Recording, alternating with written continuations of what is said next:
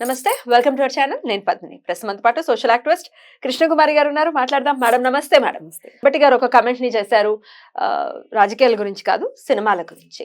పుష్ప 2ని ఆపే తరం ఎవరి వల్ల కాదు, అసలు ఎవరి తరం కాదు అది. పుష్ప 2 రిలీజ్ అయ్యి తీరుతుంది. రాజకీయాలు ఎంతో కొంత ప్రభావితం చూపిస్తున్నాయి సినిమా పట్ల. రిలీజ్ ఆలస్యానికి కొంతమంది పాత్ర వహిస్తున్నారు అంటూ చెప్పకనే చెప్తున్నారు ఆయన. ఏమిటి అసలు ఆయన ఈ కమెంట్ చేయడానికి గల కారణం ఏమిటి? ఎట్లా అర్థం చేస్తారు? ఏంటంటే పవన్ కళ్యాణ్ అభిమానులు పుష్ప 2 సినిమాని రిలీజ్ చేయనీయము, ఎవరు చూడము, మాదంతా నాన్ కోఆపరేషన్ ఉంటుంది. మా బాస్ని వ్యతిరేకమైన వైసీపీ పార్టీ కోసం ఆ క్యాండిడేట్ దగ్గరికి వెళ్ళి కలిశాడు, ఫ్యామిలీని కూడా పక్కన పెట్టి అది ఇది అని చెప్పి ఆ పిల్లోడిని బాగా రాచిరంపాన్ని పెట్టినంత పని చేశారు అల్లు అర్జున్ని. అలా అన్నప్పుడు కూడా నాకేమనిపించిందంటే, అవును ఈ సినిమా రిలీజ్ అవ్వదు, ఎవరికి నష్టం? ప్రొడ్యూసర్కి నష్టం. ఈ సినిమాలో డబ్బులు వస్తే ఇంకో సినిమా తీస్తే కార్మికులకి లాభం. సినిమా ఇండస్ట్రీలో ఉండి ఆ మాత్రం చిన్న సూత్రాన్ని అర్థం చేసుకోలేని పవన్ కళ్యాణ్ అవివేకాన్ని నేను నాకు అసలు అర్థం కావట్లా. ఎందుకు అంటే కోపము, ఈర్ష్య, అసూయ ఇట్లాంటివి మన కళ్ళని కప్పేస్తాయి కావచ్చు. ఇది వాస్తవం కదా. ఇప్పుడు పొద్దున్నే నీ ఇంటి ముందు సూర్యోదయం అవుతుంటుంది.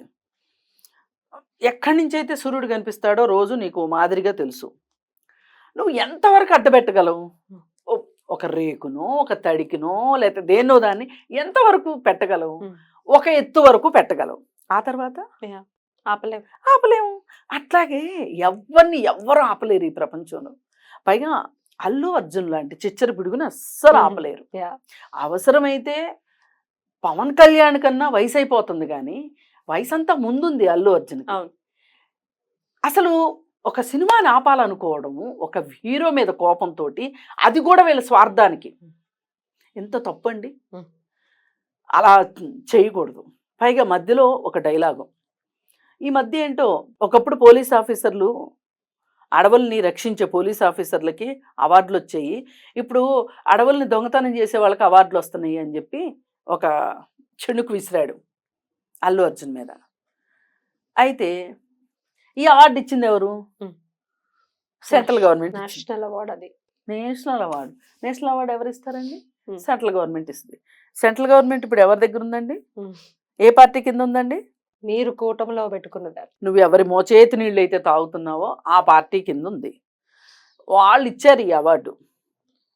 ముందు వెళ్ళి వాళ్ళని అడుగు, నీకు చేతనైతే, ధైర్యం ఉంటే, దమ్ము ఉంటే, ఢిల్లీ వెళ్ళే ధైర్యం ఉంటే, మోడీ ముందు నుంచుని లేదంటే కూర్చుని మాట్లాడగలిగే దమ్ము ఉంటే వెళ్ళి మోడీని అడగాలి. అంటే ఎవరిని కన్ఫ్యూజ్ చేద్దామని ఇట్లాంటి విషయాలు మాట్లాడేది. సరే, ఇవన్నీ ఒక ఎత్తు. అంబటి గారు మాట్లాడారు. ఇప్పుడు కొత్తగా సీన్లోకి అంబటి గారు వచ్చారు. అదే అంబటి గారు రావడం నాకు ఎట్లా కనిపిస్తుందంటే, ఇప్పుడు బ్రేకప్ అయిపోయిన అమ్మాయికి మామూలు అమ్మాయిని పడేయటం కన్నా బ్రేకప్ అయిన అమ్మాయిని పడేయటం ఈజీ అని అల్లు అర్జున్ సినిమాలోనే ఒక డైలాగ్ ఉంది. ఇప్పుడు అల్లు అర్జున్ మనసంతా గాయపడి ఉన్నాడు, దెబ్బతిని ఉన్నాడు. ఈ టైంలో ఈయన వెళ్ళి కాస్త వెన్నపూస రాసి బట్టరేసి మేమున్నావు మై హోనా అనుకుంటా వెళ్ళాడు అంబటి రాంబాబు. అంటే చూడండి, శత్రువు మిత్రుడు పాలసీ. ఇప్పుడు ఎన్ని యుగాలు మారినా ఈ యుద్ధ నీతి మాత్రం మారట్లేదు. చూడండి, శత్రువు మిత్రుడు. అందుకని చెప్పి ఎలా ఆగుతుందో చూస్తాం. నువ్వేమి చూడక్కర్లా, సినిమా ఎలా అయినా రిలీజ్ అయి చూస్తుంది, తీరుతుంది. ఒక్కొక్కసారి ఏంటంటే ఒక్కొక్కళ్ళు ఉంటారు తెలివైన వాళ్ళు, ఎవరో బాగా చెమట్లు కార్చుకుని కష్టపడి కష్టాలు పెట్టి వంటంతా కంప్లీట్ చేస్తారు. కంప్లీట్ చేశాక ఆఖరి నిమిషంలో వచ్చేసేసి 2 తమల కరివేపాకు ఇలా దూసి కాస్త కొత్తిమీర తీసి ఇలా వేసి వంటంతా నేనే చేశా అంటారు అనే వాళ్ళు ఉంటారు కొంతమంది. అలా ఉన్నాడు అంబటి. రిలీజ్ కి రెడీగా ఎలాగూ ఉంది. ప్రాణం పోయినా రిలీజ్ చేసుకుంటారు వాళ్ళు. ఇది ఒక పరువు ప్రతిష్టకు సంబంధించిన, డబ్బులైనా వస్తాయనే తర్వాత విషయం, రిలీజ్ అయితే చేసుకుని తీరుతారు. నువ్వు చెప్పేదేంటి? పైగా నువ్వేమన్నా అధికారంలో ఉంటే పోనీ గవర్నమెంట్లో ఉన్నోడిగా నువ్వేమన్నా చర్యలు చేపడతావు అంటే ఒక అర్థం ఉంటుంది. నువ్వు గవర్నమెంట్లో కూడా లేవు, నువ్వేం చేస్తావు అసలు? కాటికి కాళ్ళు చేసిన ముసలి ముద్దలాగా ఉన్నావు నువ్వు ఇవాళ.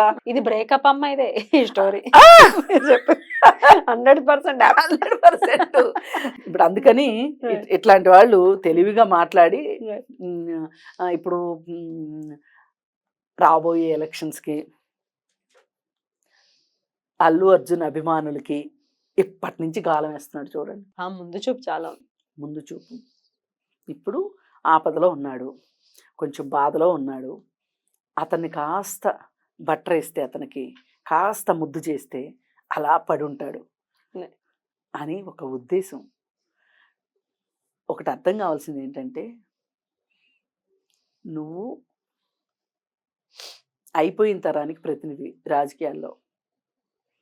అతను నవయువకుడు, ఈ తరం కుర్రాడు. నీకంటే ఎక్కువే ఉంటాయి తెలివితేటలు, ఆ మాత్రం కనిపెట్టలోనేవాడు ఏం కాదు అల్లు అర్జున్. అందుకని పోయి రాజకీయ నాయకులను అయితే ఎవడో నమ్మడు, ఇప్పుడున్న రాజకీయ నాయకులను అస్సలు నమ్మరు. అందుకని చెప్పి నువ్వేం ఆశలు పెట్టుకొని నువ్వేదో ఇప్పటి నుంచే ఖర్చీఫ్లు వేసుకోవాల్సిన అవసరం లేదు అంబటి రాంబాబు.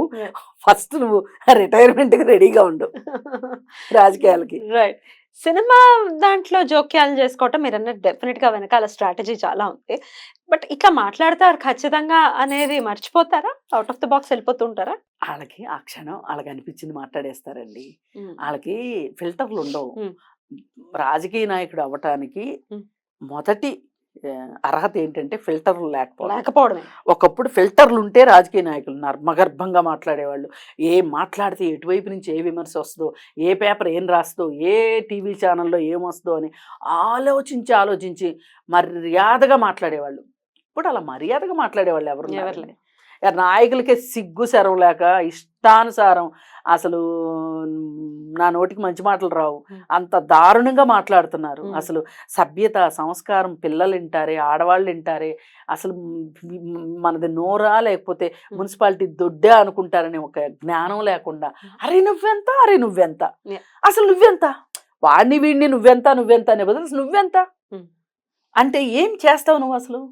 అందుకని ఈ రాజకీయ నాయకులు ఇలా ఉన్నారు. ఇప్పుడు వీళ్ళకి ఫిల్టర్లు లేకుండా ఉంటారు కాబట్టి వీళ్ళ బతుకులు ప్రతిరోజు రచ్చబండ అయిపోతుంది.